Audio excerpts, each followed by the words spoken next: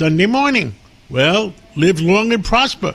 What is today's Dr. Peter Michalos, like every Sunday, and he wants us to live long and prosper and to live to be 100 at least. Dr. Peter Michalos, what's on your mind today? Well, today, John, we're going to talk about travel safety. And one of the common things that happens when we travel is something called traveler's diarrhea, and there are various bugs. The most common is called E. coli. But the one that's been in the news lately has been Cyclospora, which was found on a lot of different areas with lettuce. And I always tell people that they have to understand that a lot of this actually happens because the people working in the field sometimes don't have ready access to bathrooms, and they actually use the fields as toilets sometimes, and that's one of the ways a lot of these bacteria spread, where there's plants that are growing just above the ground in these fields. And when you see from some other countries, they don't have bathrooms set up like in the U.S. A lot of these places have portable toilets and things like that. Some of these places don't have that.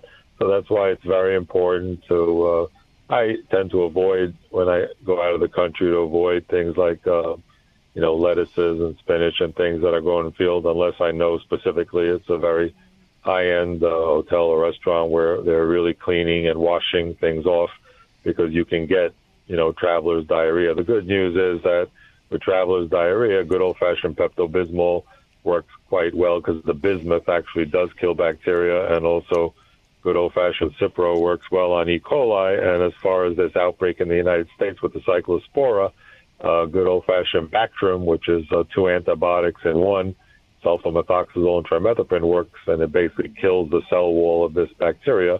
And our large intestine is where we absorb all our water, reabsorb it, so that when that gets infected or swollen, it can't absorb the water, and that's why people get diarrhea when they get food poisoning. And if you're abroad, it's important to consider IV hydration. You might even have to go to the hospital if you get really dehydrated, because dehydration can actually kill somebody. That's why I always tell people when they travel abroad to always get a travel health insurance policy, so that you can go to a private hospital and be covered, and also have coverage for medical evacuation. And these policies are very inexpensive. Other travel safety tips, of course, people get a lot of sunburn, and we know that squamous cell cancers and basal cells and melanomas happen from chronic exposure to UV light.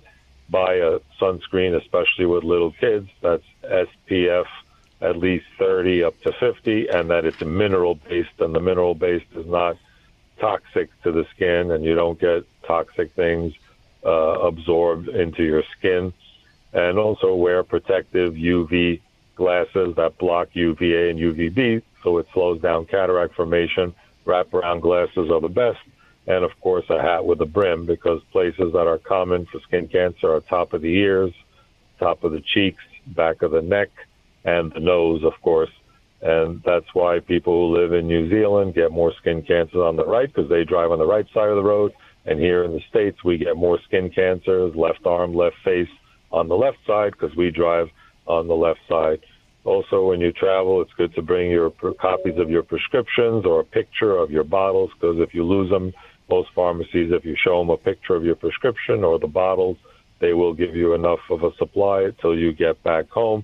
And when people travel, in case there's bad weather or change in plans or some type of natural disaster like a hurricane, bring extra pills to have with you to be prepared. And the other thing I tell people is if you have a neck pillow or you have any neck issues, sometimes it's good to travel and pack one of your own little neck pillows, because they make mini neck pillows that you can use on the plane to be more comfortable, and even in the bed to be comfortable. And some of the things to help speed up travel so you're not waiting online and carrying is try to apply for TSA pre-check, so you don't have to take your shoes off on the line, and you get through much faster, and you don't have to go through the scatter radiation. You just go through a regular magnetometer.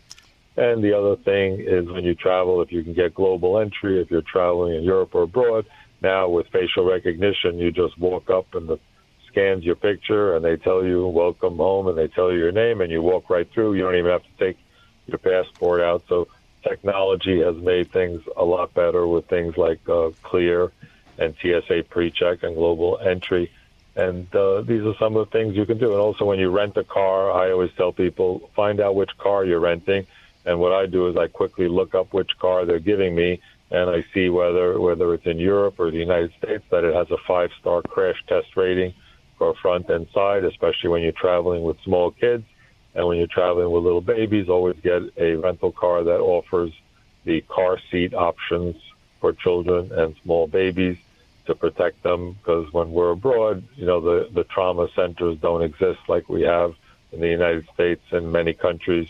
So you want to travel safely and carefully, and keep listening to WABC for more of these health tips on living long and staying healthy. Well, Dr. Peter, I mean, there's so many things. I mean, you travel abroad, you should carry your medicines and et cetera, et cetera. But it's not easy to travel abroad and take a lot of medicines with you. Yeah, no, I agree with you. That's why you have to be organized and pack them, and having a little pill organizer with the days of the week, and you plan out your trip, and it just makes it a lot easier. But you should at least have the pictures of your bottle, because if you ever get opened up by customs and they see the pills, they want to see that they came from a doctor in a prescription bottle, so you don't have any delays if you ever get stopped in customs. So that's another travel tip, that you need to have the prescription or a picture, at least, of the original bottle it came from. Gotcha. Well, Dr. Peter Michalos, thank you, and well, God bless you, and thank you for making our listeners live longer. Thank you, John, for always getting the truth out. And in August, our book, The Death of Aging, has an entire chapter on travel tips and safety. Looking forward.